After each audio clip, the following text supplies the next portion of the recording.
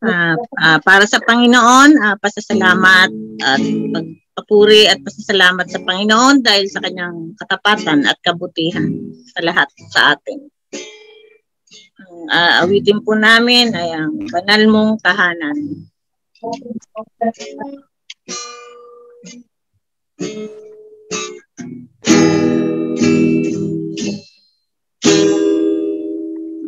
Ang puso ko'y dinudulog sa'yo, nagpapakumbaba, nagsusumamo, pagindapatin mo, ikaw ay mamasdan, makanikas, sa'yo ay pumisan. Hallelujah. Ang puso ko'y dinudulog sa'yo, nagpapakumbaba, nagsusumamo, pagindapatin mo, ikaw ay mamasdan, makanikas, sa'yo ay pumisan.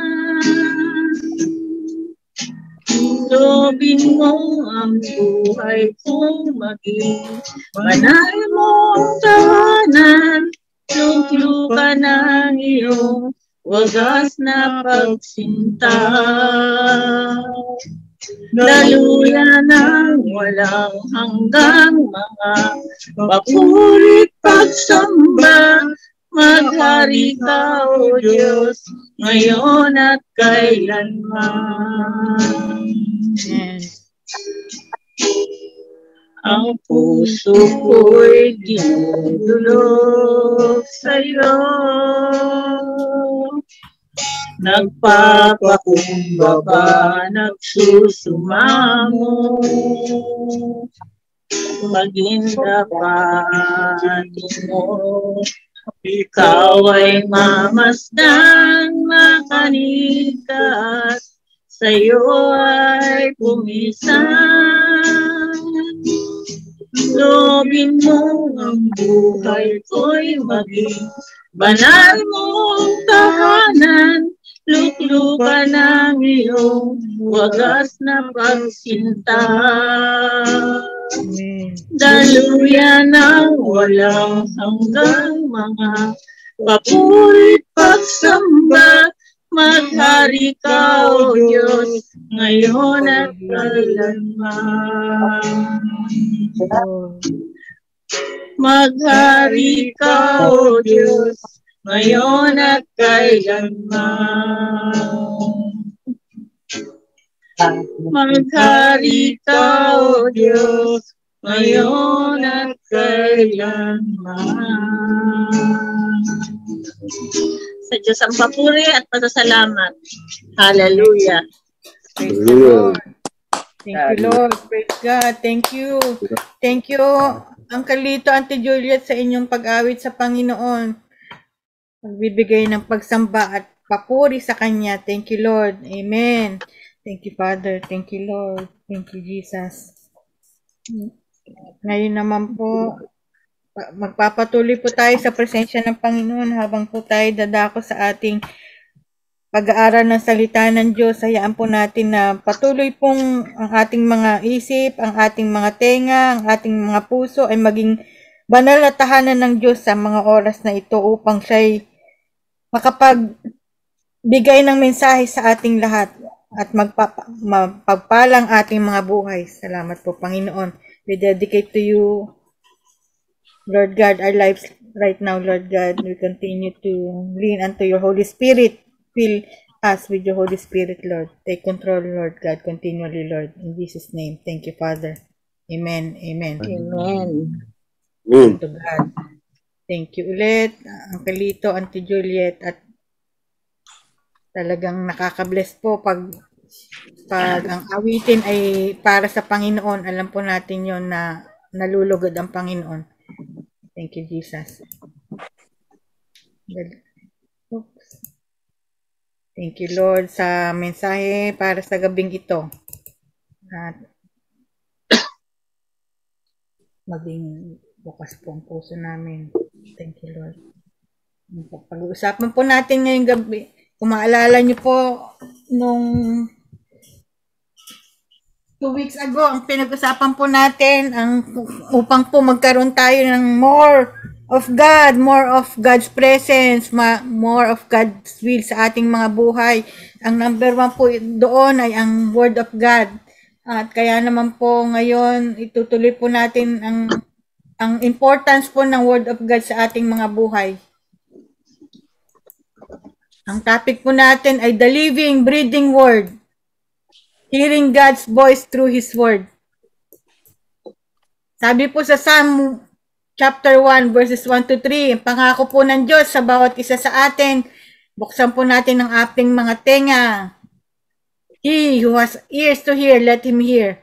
Tapos sa verse 1, sabi po, blessed is the man who walks not in the counsel of the ungodly, nor stands in the path of sinners, nor sit in the seat of the scornful.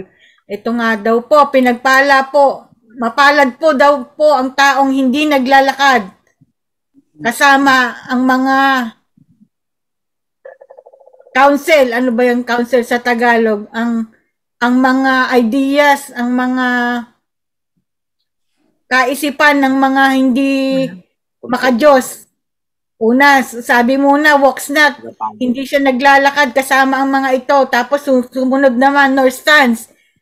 May progression po kasi ito. Pag hinayaan natin ang kaaway o ang kaaway na ginagamit niya ang mga tao para tayo mapalayo sa Panginoon, may progression po yun. Pag binigyan po natin ng puwang sa buhay natin, nag-uumpisa sa walking muna. Tapos mamaya, stands na, tatambay na. Nor stands in the path of sinners. Tapos mamaya, uupo na. Una muna, maglalakad, madadaanan lang natin mamaya. Titigil na tayo, tatayo na tayo, kasama nila. Mamaya, nakaupo na tayo. Matagal na nating nakakasama sila. Nag-i-enjoy na tayo sa company ng mga hindi dapat nating mga kasama. Although, sinasabi ng Diyos, nung nandito ang Panginoong Hesus sa lupa, sabi niya, I did not come here to heal the well but the sick. I did not come here. Hindi daw po para sa mga magagaling na, kundi sa may mga sakit. Ngunit po, meron pong division, hairline division, kung kailan tayo dapat lalapit dun sa mga makasalanan. Iyon po ay kung tayo ay matibay na sa Panginoon at alam natin na handa tayo, nananalangin na tayo bago tayo lumusob dun sa teritoryo ng kaaway. Kaya wag po nating maging gabay yung mga teritoryo o mga pamantayan ng mga hindi mananampalataya. Dapat po ang gabay natin ay salita ng Diyos na makikita po natin dito sa verse 2. Sabi doon, dapat daw po ang kagalakan natin ay ang kautusan ng Panginoon, yung salita daw ng Diyos ang ating kagalakan. But His delight is in the law of the Lord. And in His law, He meditates day and night. Araw-araw daw po, day and night. Minimeditate ang salita ng Diyos. Hindi po nagme-meditate, hindi po nag-aaksaya ng oras sa social media lang o sa panonood ng TV, mga teleserye o kaya sa mga panonood ng TikTok o kaya YouTube. Hindi daw po doon nauubos ang oras hanggang gabi, kundi po ang oras natin inilalaan natin sa pagbubulay-bulay, sa pag-aaral ng salita ng Diyos. Pagpapatuloy sa verse 3, sabi doon, kung gagawin daw po natin to, hindi tayo lalakad kasama ng mga makasalanan, kung hindi ang ginagawa natin ay nag-spend tayo ng time sa mga salita ng Diyos. Ang mangyayari daw po sa buhay natin sa verse 3, sabi doon, he shall be like a tree, katulad ng puno na nakatanim sa tabi ng rivers of water that brings forth its fruits in its season. Nagiging mabunga po ang ating mga buhay, anuman po ang pagpapagal natin, nagkakaroon po ng prutas, hindi po nawawalan ng saysay, kundi nagiging prosperous po. Whose leaf also shall not wither. Hindi po tayo natutuyot, and whatever he does shall prosper. Hindi po natutuyot ang buhay natin, lagi pong may bunga. At lahat po ng ginagawa natin, lahat ng ginagawa ng mga kamay natin ay nagbubunga ng isang masigabong pamunga. Prosperous daw po ang magiging buhay natin kung tayo ay sumusunod sa salita ng Diyos imbis na tayo ay sumusunod sa mga salita ng mga makasalanan o ng tao, ng social media o ng TV o ng TikTok, kung hindi ang Word of God, ang Bible, ang ating pinagbubuhusan ng oras, hindi po ang mga secular na mga bagay-bagay na nagko-compete po sa oras natin. Ito nga lang po, itong week na to, talagang ang demonyo, dinedistract po ako. May nadiscovery ako na isang batang cute sa sa TikTok. Na ko-compete tuloy yung nakonbik ako kasi kino-compete niya yung oras ni Lord imbis na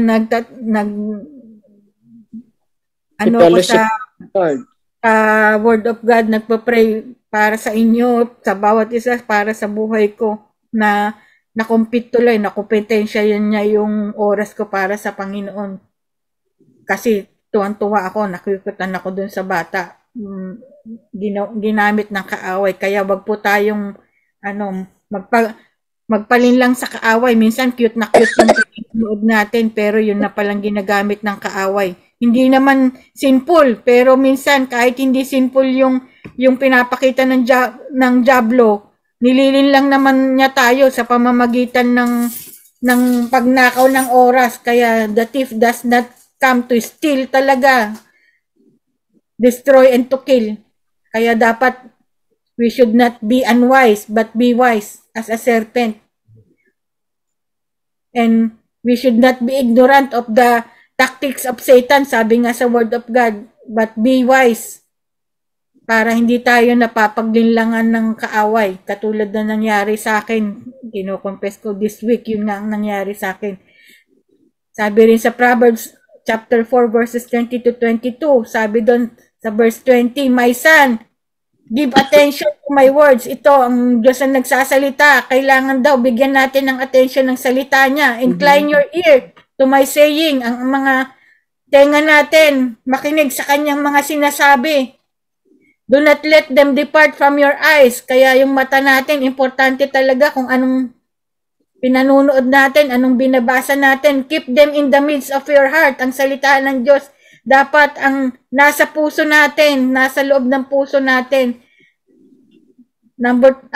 Verse 22, for there are life to those who find them. Ang Word of God daw ay buhay sa mga nakakasumpong nito and health to all their flesh. Biro mo itong sinabi ng Diyos, kagalingan daw sa ating mga pisikal na katawan ang salita ng Diyos. Kaya naman po importante sa buhay natin na ang salita ng Diyos minimeditate natin araw-araw, gabi-gabi. Dahil ito po, minsan po dito nire-reveal ang kagalingan na kinakailangan natin para sa ating pisikal na katawan. Oops.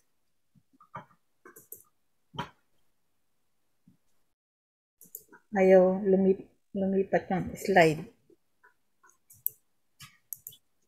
At dito naman po sa Deuteronomy 17, verses 18 to 20, sabi po doon, also it shall be, ito po ang panukala ng Diyos sa Israel nung panahon na yon.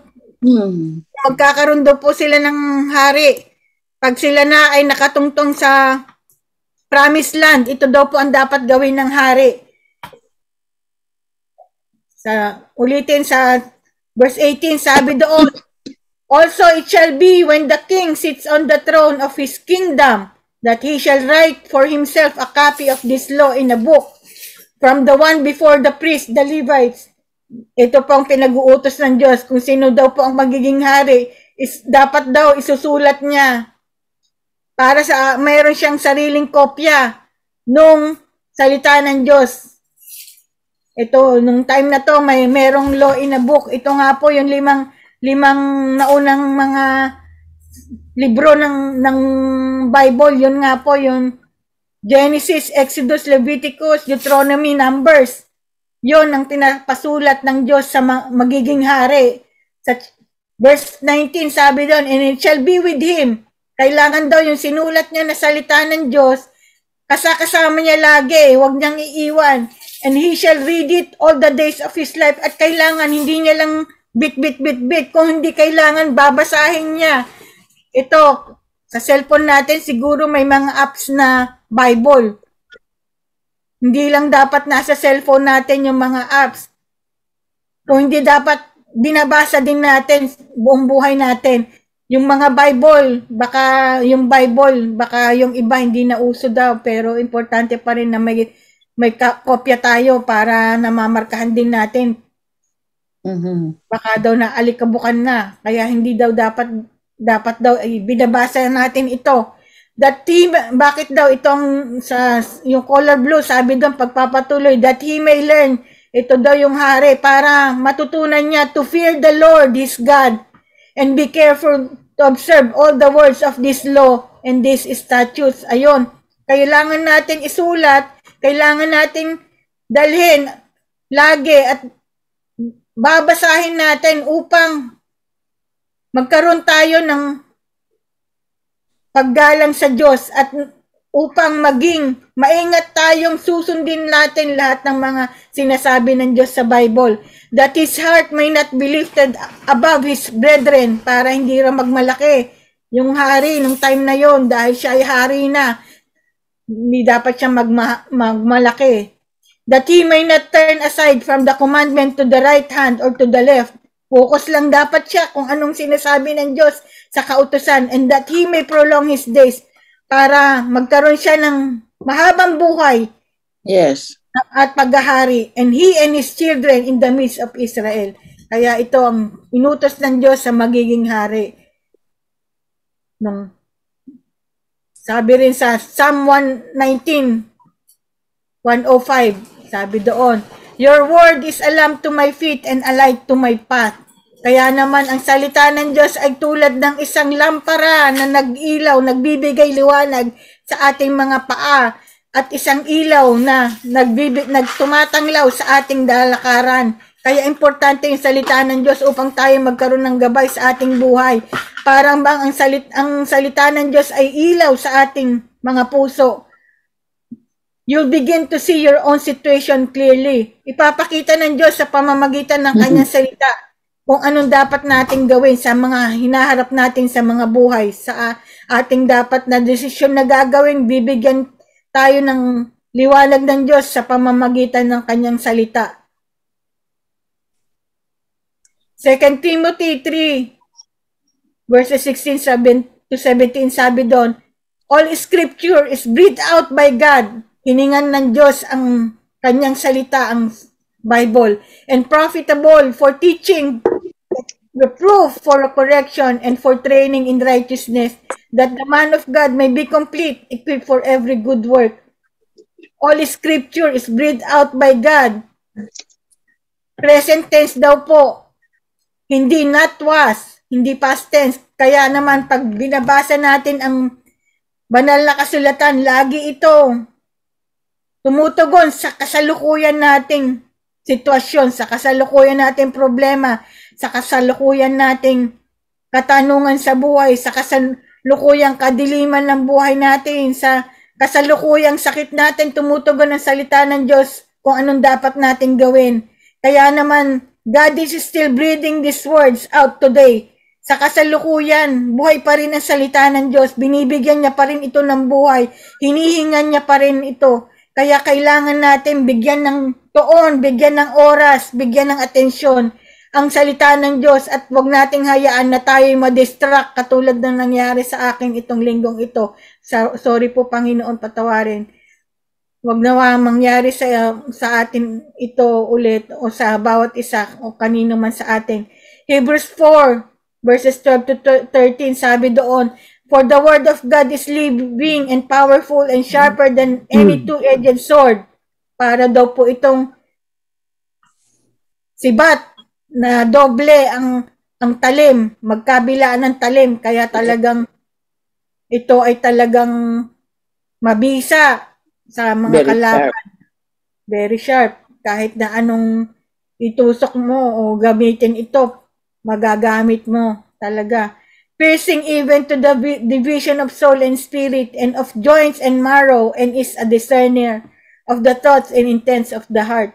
Talagang ang word of God, hindi lang to salita, sinabi rin dito na sa verse 13, pansinin po natin, sinabi rito, ang word of God, and there is no creature hidden from His sight. Biglang naging His sight, parang biglang naging tao. But all things are naked and open to the eyes of Him to whom we must give account. Ito, tinutukoy dito na ang word of God, ito ay isang personalidad na nakikita daw niya, walang nalilingid sa kanyang kaalaman, isang bukas na libro sa kanyang mga mata na kailangan nating sagutin ang mga katunungan pagdating ng panahon na tayo kaharap na niya. Kaya naman, ang Word of God is not merely a book, hindi lang to, ang Bible, hindi lang to isang libro. Ito ay isang buhay na personalidad. Sino ba ang personalidad na ito? Who is it? Who is this living person? Makikita po natin sa John chapter 1, sabi doon sa verse 1, in the beginning was the Word, and the Word was with God, and the Word was God. Yun. In the beginning was the Word. Sabi doon sa verse 1, the Word was with God. Kasama daw ng Diyos ang Word. And the Word, ang Word mismo ay Diyos. At sa verse 14, makikita natin kung sino ang tinutukoy na ito na the Word was God.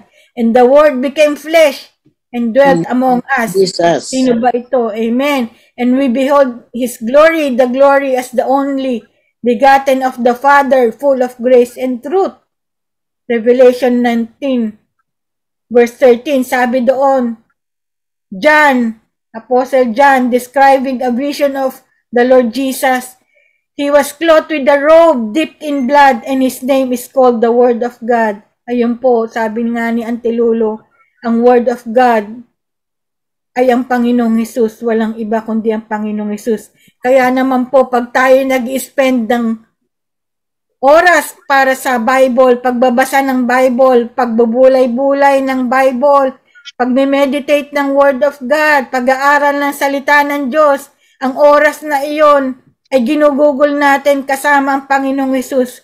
Para po sa Panginoong Hesus, kasama natin si Jesus mismo habang tayo ay nag-spend ng time sa Word of God. Kaya naman po tayo ay nababago. Kaya naman po, Jesus is the Word of God. So let's spend our time with Jesus by spending it with the Word of God.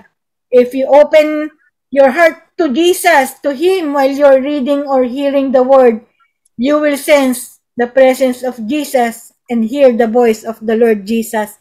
Kaya naman po, sabi nga po sa John chapter 10, verse 27, my sheep listen to my voice, sabi po ng Panginoon, our shepherd, the Lord Jesus. I know them and they follow me. Kaya naman, kung tunay tayong nagpapasakop sa Panginoong Hesus, kilala po natin ang boses niya dahil po tayo nag-spend ng time sa Kanya. The more that we spend our time with the Bible, the more that we spend our time with Jesus, and the more that we recognize what His voice is, mas lalo po nating nakikilala yung boses niya kasi po nagiging familiar na po tayo kung ano ba ang boses niya. Ito po isang illustration, panoodin po natin ang mini video na ito na nagpapakita po sa example na ito sa isang shepherd, sa isang farmer na may mga alagang mga tupa. Kung paano po ang tupa, kilala nila kung sino yung may-ari sa kanila, kung sino po ang kanilang shepherd, yung farmer po na may-ari sa kanila. Dapat po ganun din po tayo. Tingnan po natin ito. Bagamat may mga nanggagaya kung ano yung sinasabi ng shepherd na yon, hindi po lumilingon yung mga sheep dahil po kilala nila kung sino ang tunay na kanilang shepherd. Panoodin po natin.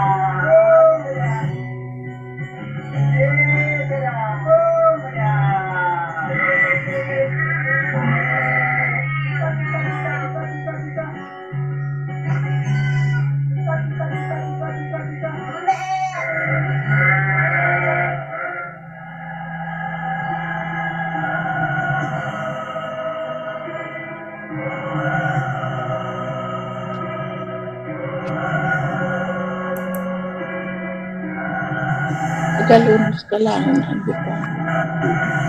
Dapat di salad mo ibusog. Nga naimas ng bigatan dyan yun. Yan po. Sabi rin po, pangako po ng Diyos sa Luke 6:47 to 48. Sabi ng Panginoong Hesus, verse 47, everyone who comes to me and hears my words and does them, I will show you what he is like. He is like a man building a house who dug deep and laid the foundation on the rock. And when a flood arose, the stream broke against it, that house, and could not shake it, because it had been well built. So when we are reading or hearing the word, Jesus is speaking. Kaya naman po, ang gagawin po natin, kung tayo po ay magbabasa ng Bible, ito po ang gawin nating panalangin na sinasabi po sa Psalm 119 verse 18. Sabi po doon, open my eyes that I may see wondrous things from your law. Doon na po tayo magtatapos. Alam niyo po, ang pangako po ng Diyos, if you diligently seek me with all your heart, you shall find me. Sabi niya po yun sa Jeremiah 33. At sabi naman po, ito po, pupunta na po tayo sa ating Discovery Bible Study ngayon upang po ating ma-apply paano ba tayo dapat makinig sa salita ng Diyos, paano po ba magbulay-bulay na salita ng Diyos. Ito po, kakaroon po tayo ngayon ng isang babasahin po natin upang ma-practice po natin paano po ba magbulay-bulay ng salita ng Diyos. Ito po sa Joshua chapter 1 verses 1 to 11. Uncle Nestor, gusto niyo pong basahin ito? Nakamute po kayo. Maliliit, subukan ko. Maliliit po. O sige po. Mababasa ko. Sige, basahin ko na. Sige po. Giving to them. After the death of Moses, the servant of the Lord, it came to pass that the Lord spoke to Joshua, the son of Nun. Hindi ba si Joshua kapatid ni Moses? Moses assistant. The son of Nun. Nun ba yung nanay ni Moses saka Joshua? Hindi po. Si Joshua po, assistant ni Moses. Hindi po siya kapatid ni Moses. Ang kapatid si Aaron. Yes. Mali ako. Okay. Moses assistant saying, Moses my servant is dead. Moses my servant is dead. Now therefore arise, go over the Jordan, and you all these people to the land which I am giving to them, the children of Israel. Every place that the sole of your foot will tread upon, I have given to you. As I said to Moses, from the wilderness and this Lebanon, as far as the great river Euphrates, all the land of the Hittites, and to the great sea toward the going down of the sun shall be your territory. Maluwang. No man shall be able to stand before you all the days of your life. Parang nangyayari na ngayon ito As I was with Moses, so I will be with you. I will not leave you nor forsake you. Yun. Be strong and of good courage, for to these people you shall divide as an inheritance the land which I swore to their fathers to give them. Only be strong and very courageous, that you may observe to do according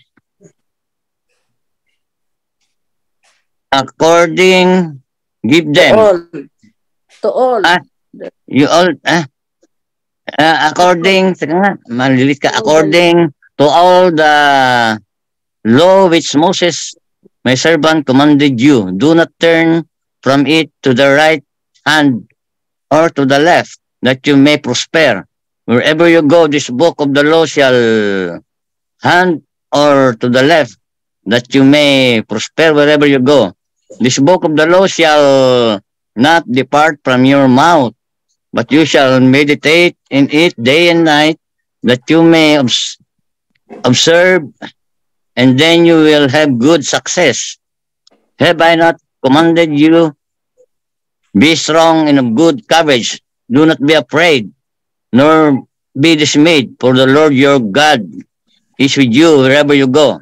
Then Joshua commanded the officers of the people, saying, pass through the camp and command the people, saying, prepare provisions for yourselves. For with 3 days you will cross over this Jordan to go to possess the land which the Lord your God giving you to possess. Oh, talagang ang Israel para sa kanila. Hindi sila pababayaan. Kaya ngayon nangyayari ngayon, wala, sabi ng mga pastor, you cannot defeat. Dumating si mamaya na yung ating discussion. Continue reading. Sino po bang may Tagalog Bible o may ibang version kasi po ito may na ngayon, yung Bible ko just 1:1 to 11. Meron ako Tagalog Bible dito. Just 1:1 to 11. Kung may mga Bible po kayo, pwede nyo pong buksan kasi po magpa-practice po tayo ng makinig sa Panginoon. Messiah. Joshua chapter 1 verses 1 to 11. Joshua na yun.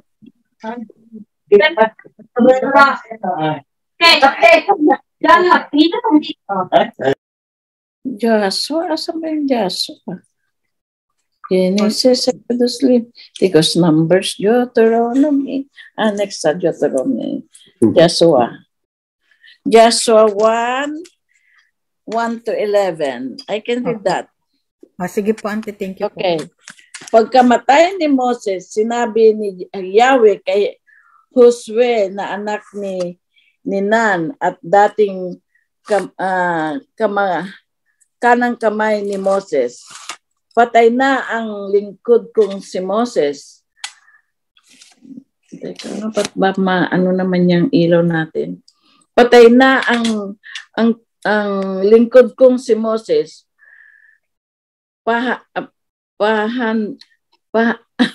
Teka, maano itong LED kasi itong aming ilaw. Hindi maliwanag. Okay. Ang lilit kasi, ang lilit. Handaan ba? Pahandaan mo ang buong Israel at iano ko tong light nung aking LED kasi yung aming mga ilaw eh. Ayan.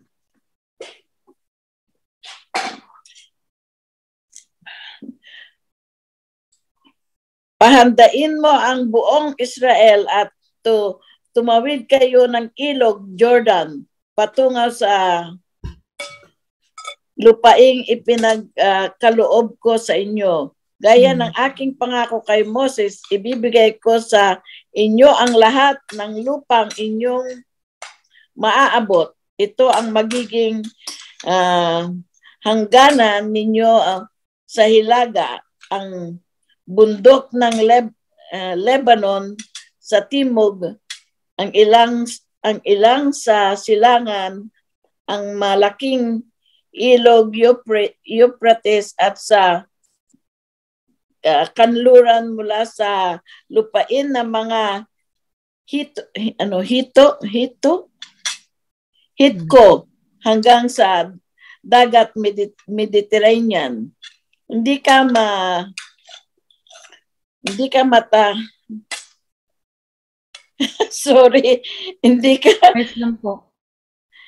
ka matatalo nino man habang ikaw ay nabubuhay.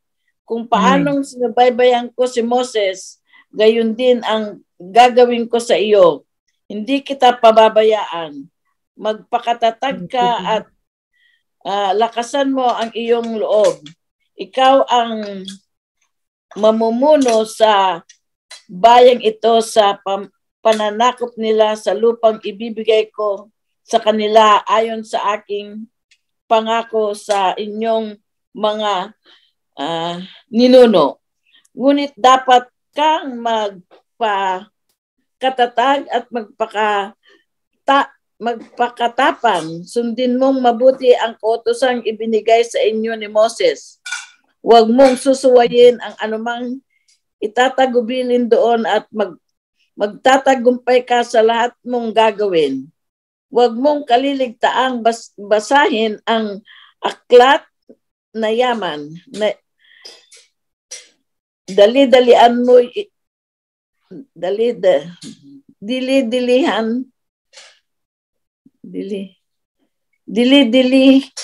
mo iyon araw, gabi upang matupad mo ang lahat ng nakasulat doon.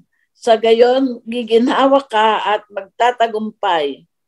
Alalahanin mong kung itong aking tagubilin, magpakatatag ka at tibayan mo ang iyong loob. Huwag kang matatakot o mawawalan ng pag-asa. Ako si Yahweh, ang iyong Diyos ay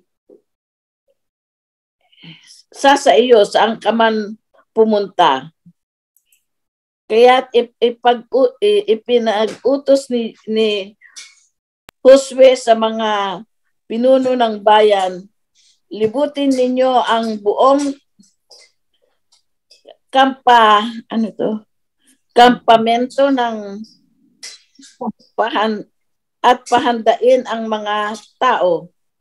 Sa loob ng 3 araw, tatawid tayo ng ilog Jordan upang sasakupin ang lupang ibinigay sa atin ni Yahweh. Amen. Praise God.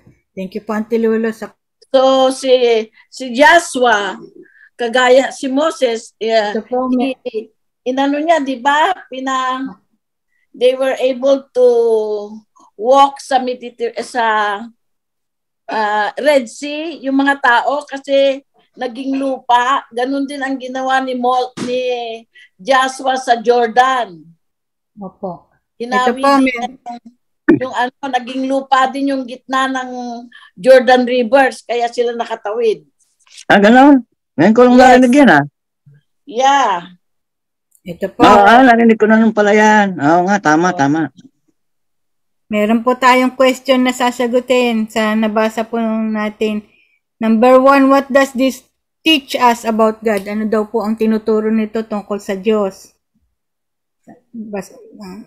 Be very strong and be very courageous because He is always with you. Yung words of God, yun naman ang importante na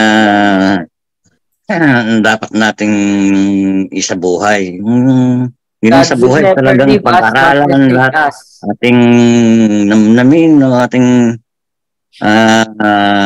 meditate yung salita ng Diyos dahil sabi nga sa Bible, my words will stay, will not vanish till the end of time. Sabi niyang Panginoon mawala man ang mundo at langit, my words will stay, sabi niya. Kaya very powerful ang words ng God. Kaya lang, how can we know the Word of God kung hindi naman tayo nagbabasa ng Bible? So, we really have to know yung mga promises ni Lord. Kasi lahat yung problema natin, ang solution, may promise si Lord for every problem that we have. So, alam natin kung ano yung ipapaalala natin sa Kanya na promise niya kung meron tayong problema.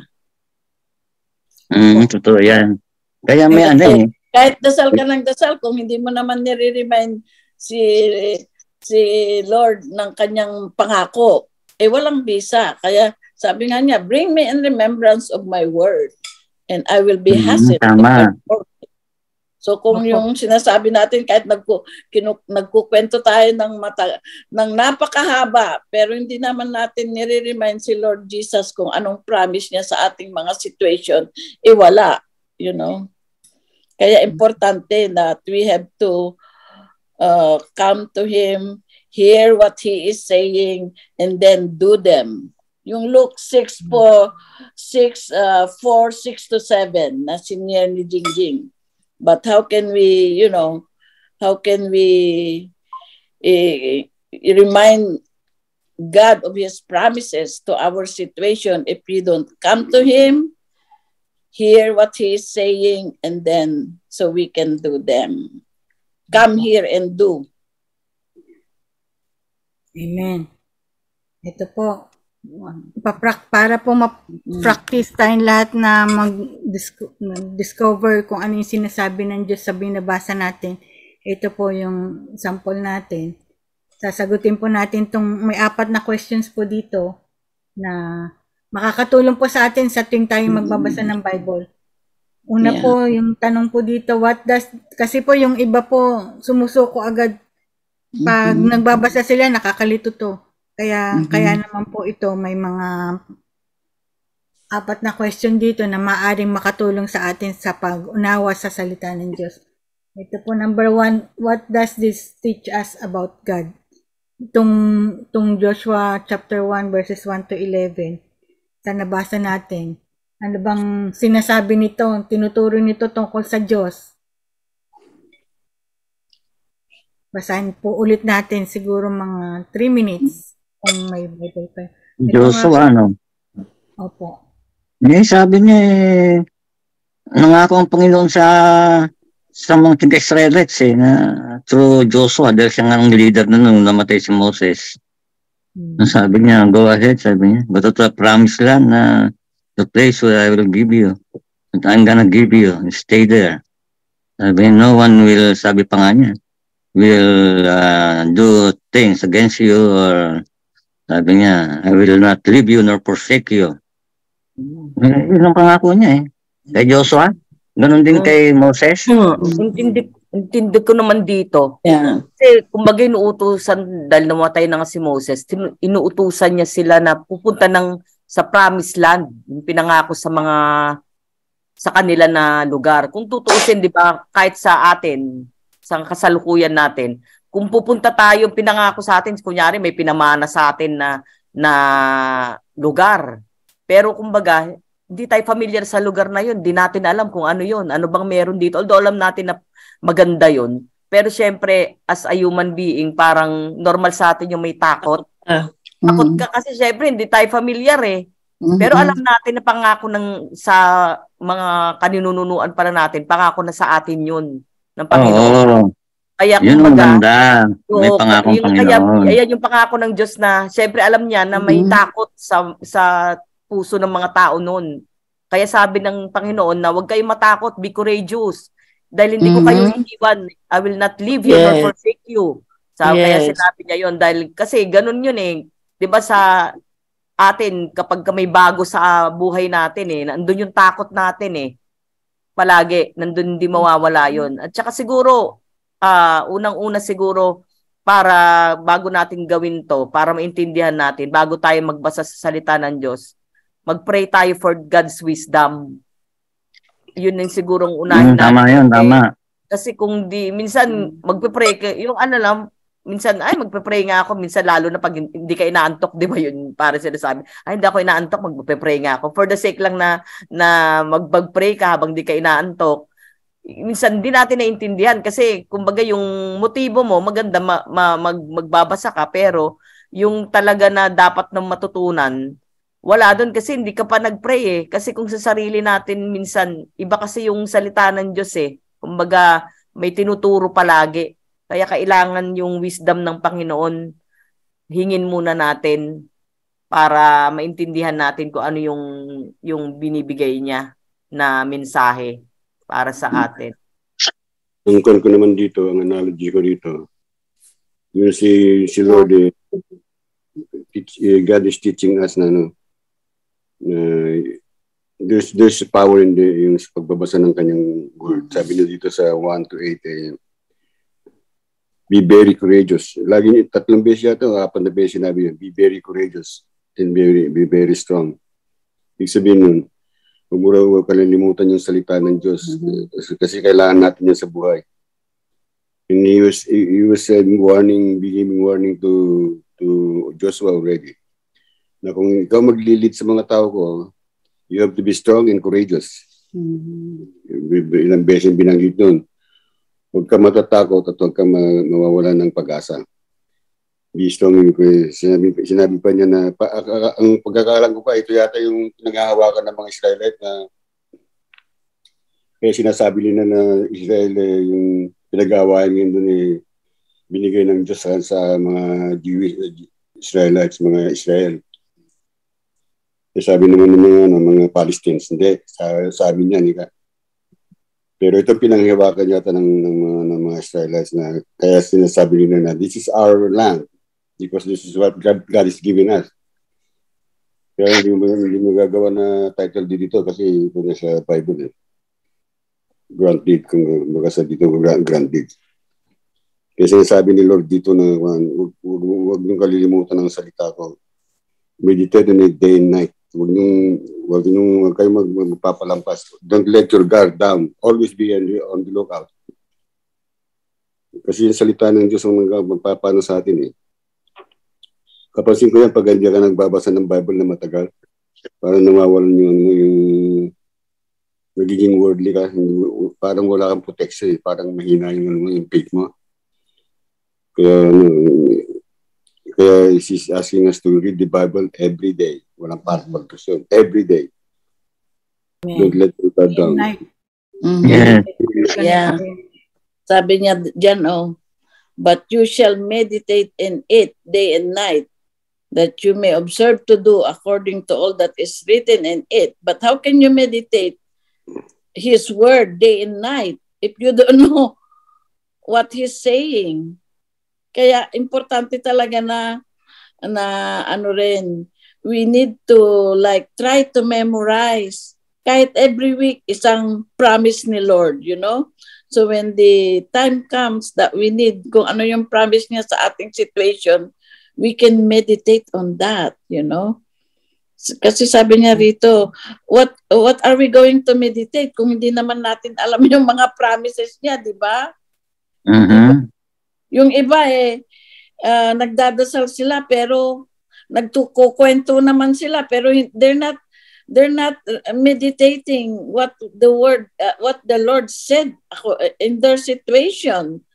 Kasi kahit na maigsi lang yung ating prayer, basta yung word, kung ano yung pre-promise niya, yung i-remind natin, He will be obliged to do it. Kasi sinabi niya yun Yes, that's why we really need to know what is His promises to us, So we know what to meditate. Hindi yung ang haba-haba nga ng ating dasal, nagpupento tayo. Kasi alam na ni Lord lahat yung situation natin What He really wants to hear is for us to meditate His word. What did He say about our situation? Okay. Sipan ko dito sa verse 5. Sinabi niya rito, no man shall be able to stand before you all the days of your life. As I was with Moses, so I will be with you. I will not leave you nor forsake you. Yan ang pangako ng Lord. Just isipin mo lang, i-practice mo lang, binabasa namin ngayon yung practicing the presence of God. Papracticein mo lang yung presence na every time, every moment nakasama mo si Lord. Pag alam mo lang na nasa side mo si Lord, nasa side ka ni Lord, nasa ako ni... No weapon formed against you. Malakas ang loob mo di ba? Kasi malakas yung backer mo Kaya ganun din ito. Just put that in your mind. Huwag mong kalilimutan yun. Kasi kung nakalimutan mo yun, matatakot ka naman dahil kala mo ikaw lumalaban, nag-iisa ka But no, it's God is fighting for you. Forsake you. I'll never leave you nor forsake you. Sabi niya, no man will be stand against you before you. No man shall be able to stand before you. Ano pang assurance ang kailangan mo dyan? Sinong tatayo sa'yo na lalaban sa'yo? No man Si Lord ang kalaban nila pag sinabi niyang paglumaban sila. Kaya yun ang kanya sa atin. Be very strong and courageous also kasi kailangan mo talaga may katulad din ni David nung kinuha niya si Goliath, di ba? Sino magkakala na mapatay niya si Goliath yung lead niya? Parang ito this is like example ito, guide ito sa atin from verse 1 to 11. If we really do this, put it in our heart, you will really possess, our inheritance from God. We will not fail. Kung gawin natin lahat to, yan ang teaching how we should live. Example lang sa atin yan ni Jesus. Magtanong po tayo sa question number 2. Una po yung makikita po natin dito yung sa what does this teach us about God? That God is a God of promise. Yung prinamis niya pa kay Abraham hanggang dito. Kahit namatay na si Moses, maraming generations na, pero pinaninindigan niya pa rin yung pangako niya kay Abraham na promised land. Yes, yeah. You will gusto niyang matuloy ito. Hanggang namatay si Moses, si Joshua naman ang pinapatuloy niya para matupad niya yung pangako niya. So naman po sa question number 2, what does this teach us about people? Ito po, makikita po natin sa verse 2. Ang mga tao kasi nagluluksa kasi mga tao dito kasi yung leader nila si Moses namatay na nung time na to. Kaya naman sinasabi ng Diyos sa kanila na move on na. Oo, ang tao may grieving period, naintindihan ni Lord yun, pero wag kayong mag-stay doon sa kalungkutan. Kailangan tumayo ulit kayo at narito na ang aking lingkod na si Joshua naman na kaya sinabi niya, Moses, my servant is dead. Dead! Wala na yun. Hindi na makakatay yun. Move on na. Ito na si Joshua. We need to arise. Moses, my servant is dead. Yun naman po ang tinuturo dito sa tungkol sa mga tao. Kasi si Joshua nang ginawa niya mag-lead. Hindi na si Moses dahil patay na eh. Kasi minsan po ang tao nakakalimutan na imbis na mag-focus sa promises ni Lord, nakapokus na dun sa kapighatian na nangyari sa buhay nila o kaya move on. Distraction. Kailangan tumayo ulit and then move on. Arise. Yeah. So yun po naman dito. Question number 3, what is Jesus telling us to do from this passage? Ayun po, yun naman po yung mga sinabi na po natin kanina. Sinabi na be strong and of good courage. Paulit-ulit po, be strong. 3 beses. 6. Verse 6, verse 7, verse 9. Be strong and be very courageous. Opo. Kaya, yun po naman tinuturo ng Diyos. At saka ito nga po yung word of God. Do not turn from to the right or to the left. Kailangan straight path lang tayo. Si Lord lang po. Meditate on the word of God day and night. Verse 8 sabi dito, this book of the law shall not depart from your mouth.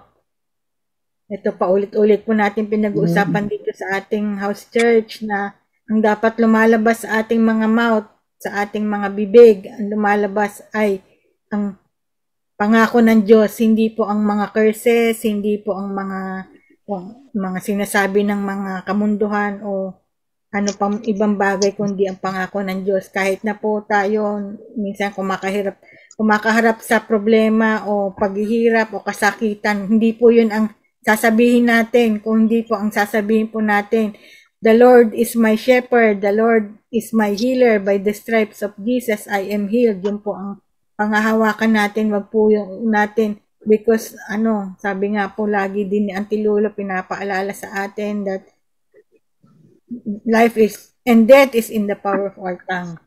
Kaya naman po dapat yung lumalabas sa ating mga dila, sa ating mga labi ay ang mga pangako ng Diyos. Let's not put a curse in our life by alam nga po ito ng mga witches ng mga mangkukulam. Kaya kung maalala po natin, di ba, may mga salita rin sila, mga demonic naman na salita na kaya naman po alam nila there's power in the tongue. Kaya kung alam natin kadiliman yun, dapat mas alam natin at gamitin po natin yung ating mga labi dahil may kapangyarihan po ito na magbigay sa atin ng pagpapala o curse. Tama yun. Sa mga nakakarinig sa mga sasabihin natin, pwedeng maka-encourage tayo o maka-discourage tayo. Oo. Kaya dapat maging tayo sa mga sinasabi natin. At saka kung ang sinasabi natin ay word of God, we activate our angels Pero pag ang sinabi natin, mga negative at mga curses, we activate the devil. Tsaka kung ano, tulad nga po yung napag-aralan na natin, di ba po? Si Jacob. Ano mo to? Sa Old Testament, sa Old Testament, nabasa ko na ang mga Israelites ay nagkawatak-watak during the time yung sinong pinakapatriarch natin, si Moses. Si Moses, may napunta ng Babylon, may napunta ng tawag dito, sa Egypt, and they will become slave, a bond, servant, wala silang sweldo for almost 400 years. Kaya ang Panginoon, inutusan niya si Moses na ibalik yung mga Israelites sa kanilang sariling lupa. At yun ang ginawa ni Moses, nga pinagpatuloy ni Bagamat hindi na tayo nabubuhay sa Old Testament, dahil sa New Testament na tayo nabubuhay, maganda pa rin ito. Magandang guidelines dahil yung nangyayari dito sa pinag-aaralan natin, nangyayari sa ngayon sa Israel. Hindi ba sinabi niya hanggang Lebanon, magiging inyo. Hanggang sa parte ng Euphrates River, up to sinabi, Jordan pa eh. Kaya maluwag yung magiging sakop ng Israel someday, pag natuloy yun. Kaya nakikipaglaban ng mga Israelites dahil yun ang utos ng Panginoon. Totoo naman, hindi natatalo. No one can defeat Israel, sabi ng pastor. Yung isang napakinggan ko, ang title niya, they cannot defeat Israel. At marami, mga pastor din na Christian. Yeah. Ano din sila sa nangyayari? It was already happened before the Old Testament. Pero hindi nila kayang talunin ng Israel kahit ano pang mangyari dahil ang Panginoon, yun ang kanyang pangako. Pagka natalo ang Israel, wala. Ibig sabihin, ang Panginoon, hindi niya tinupad yung kanyang pangako sa mga kanyang chosen people ng Israelites. Nangyayari ngayon, napakalit na bansa. 5 million lang yata ang population, and then ang kanilang army, 500 lang. Ang kanilang army, kalahati pa nun, tawag dito, reservist. Parang si Jojo, reservist. Saka lang tatawagin pag nagkagera. Babae at lalaki, basta't able body, may edad, nag-serve sila sa military, kaya hindi sila matalo-talo eh. Ngayon, yung pangako ni Jesus Christ, ng Panginoong Diyos sa kanila, ay unti-unting natutupad dahil nasasakop na lang ang Hamas, natatalo na rin sa Lebanon, yung mga, anong tawag dito, yung Hamas sa Hezbollah. At ganito rin yung pati Syria, binomba na rin nila Syria saka Iraq dahil may mga kampong ng mga kondon. Iran-backed terrorists. Kaya ang Iran, napakatwersa, lakas ng military niya, hindi siya kaya. Pinagtulong-tulungan niya nga ng 7 bansa. In 6 days, nagsiatras na sila. During the 6-day war. That was 1967. The 6-day war in Yom Kippur. Tinalo niya yung... kaya... yung Old Testament, nangyayari yan buong buhay yata ng Israel magmula sa panahon ni Moses, sila King David, ginigera na sila Solomon, lagi silang pero wala, hindi sila natatagumpay. Ngayon, dahil high-tech na, nakakatakot. Ang digmaan, puro bomba, missile. But no one can defeat Israel, sabi nga nila. They're the most intelligent military. Ang Mossad, number 1 yan, nabasa ko yung Mossad, number 1 intelligence network. The whole world, ilan lang sila. Pero kaya nilang i-assassinate kung sino yung kalaban ng Israel. Kahit sa bansa siya. Kahit sa Europe, Amerika, pupuntahan ng Mossad. I-assassinate nila. Kaya takot ang mga takwan. Kalaban ng Mossad. Yung Mossad, ang daming namamatay na mga general diyan dahil magaling ang intelligence network ng Mossad. Kaya yung ito pinag-aaralan natin, I will not forsake you nor leave you hanggang ngayon. Yes. Siyempre, iba naman sa New Testament naman, kung naman sa New Testament ay puro naman tungkol sa salvation natin. Tungkol naman sa law ni Jesus Christ, yung dalawa lang ang kanyang batas na love your God with all your heart, your everything. Kahit asawa mo, mas mahal mo ang Panginoon kaysa sa asawa mo. Ngayon, love your neighbor as you love yourself. Yung dalawa lang yun. At anong panahon ni Moses, ni Jesus Christ, walang gera.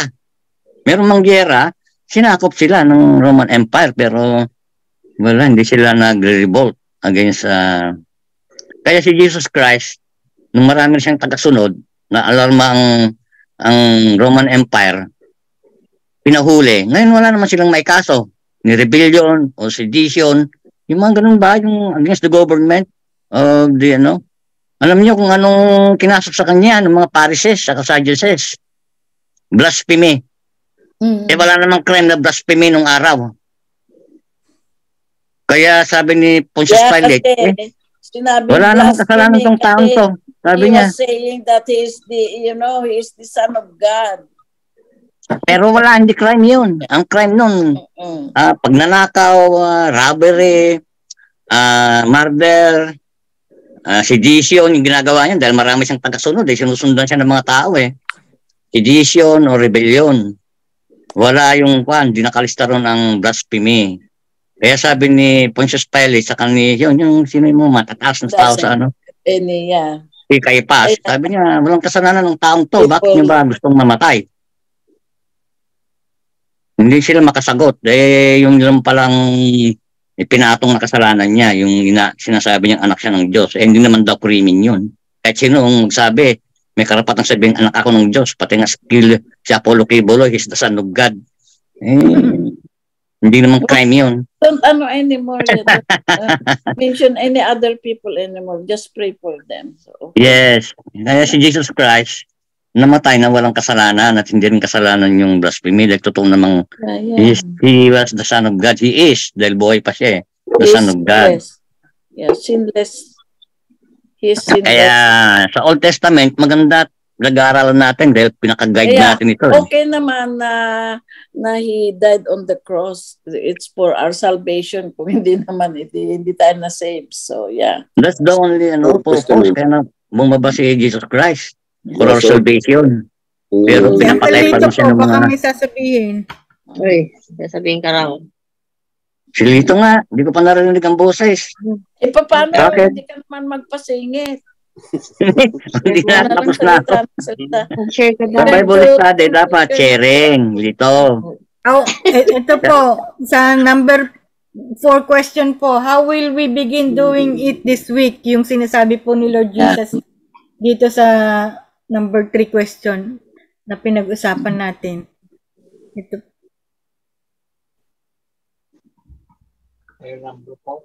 How will we begin doing it this week? Upo ka na. Dito sa natin sa reference chapter natin, Joshua 1:1 to 11. Siguro po medyo personal tong question na to.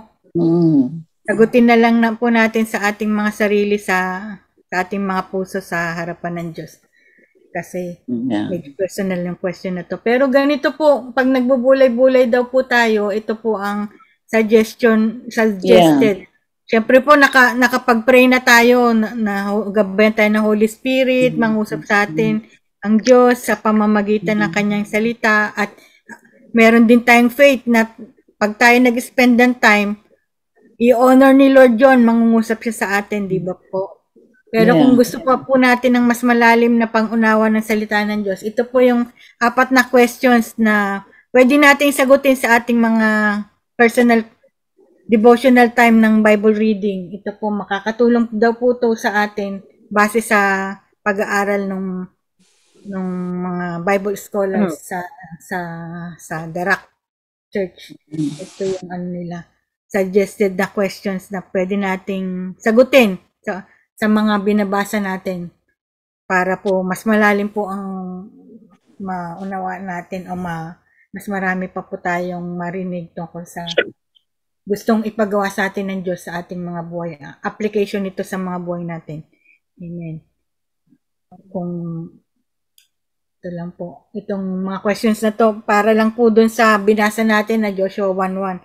Pero po, Kung may madadagdag pa po kayo tungkol sa pinag-usapan natin dun sa Word of God, bago po tayo magko-communion, baka po may dadagdag kayo tungkol sa the living, breathing Word. So we have to be, 3 beses niya sinabi, be very strong and be very courageous. Ilang beses niya sinabi yun. Saka, I will never leave you or forsake you. Hindi lang Yes, dyan. Sabi ni Lord, yeah, I am with you always. Yeah. So, yan ang pangako niya sa mga Israelites, pero sakop na rin tayo, mga Gentiles tayo eh. Yes. Because, you know, Nestor, we are Israelites by adoption. Oh, yes. So that We are a Jew. people. You are a Jew by adoption. Kaya mga pangako ng Diyos noon sa mga tao noon hanggang sa ngayon, pareho lang. Kasi sabi nga, Diyos natin noon, ngayon at magpakailanman, di naman nagbabago. Kaya mga pangako niya noon hanggang ngayon sa atin, na-apply pa rin. Pareho lang. Ito nga meron sa ako, tamang-tama, naka-open tong aking journal book. Sa Romans 8:15, sabi, the spirit you receive does not make you slaves, so that you live in fear again. Rather, the spirit you receive when you receive Jesus Christ as your Lord and Savior brought about your adoption to sonship. So you are the son of God. You are the child of God by adoption. And the process of adoption put us in the family of God when we accepted Him as our Lord and Savior. We're all Israelites by adoption. Mm-hmm.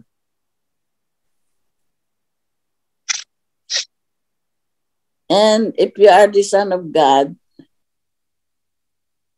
sabi sa I don't know why my is here, maybe I have to share to you. Sabi sa 1 Peter 3-4, we are joint heirs with Jesus Christ.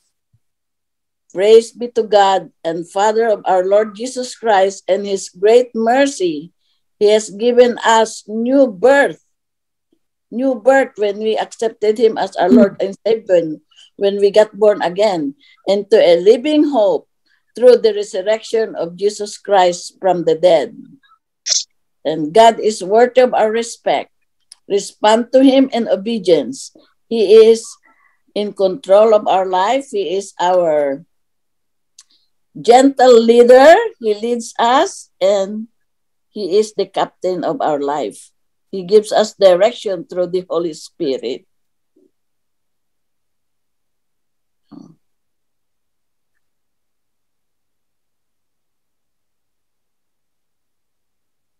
Kaya ano pang anohin natin if we are the son of God. We are joint heir with Jesus Christ. Kaya we just have to live in obedience of God's word with what we are learning every week.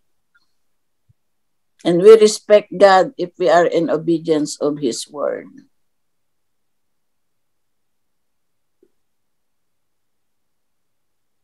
Kasi kahit na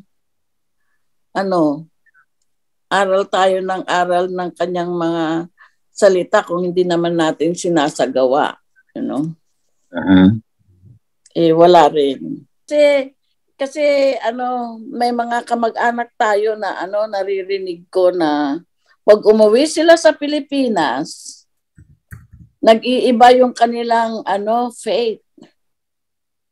Instead na sila yung mag-guide sa mga unbelievers, sila ang napapasama sa mga maling gawa ng mga kabarkada nila o mga kaibigan sa Pilipinas.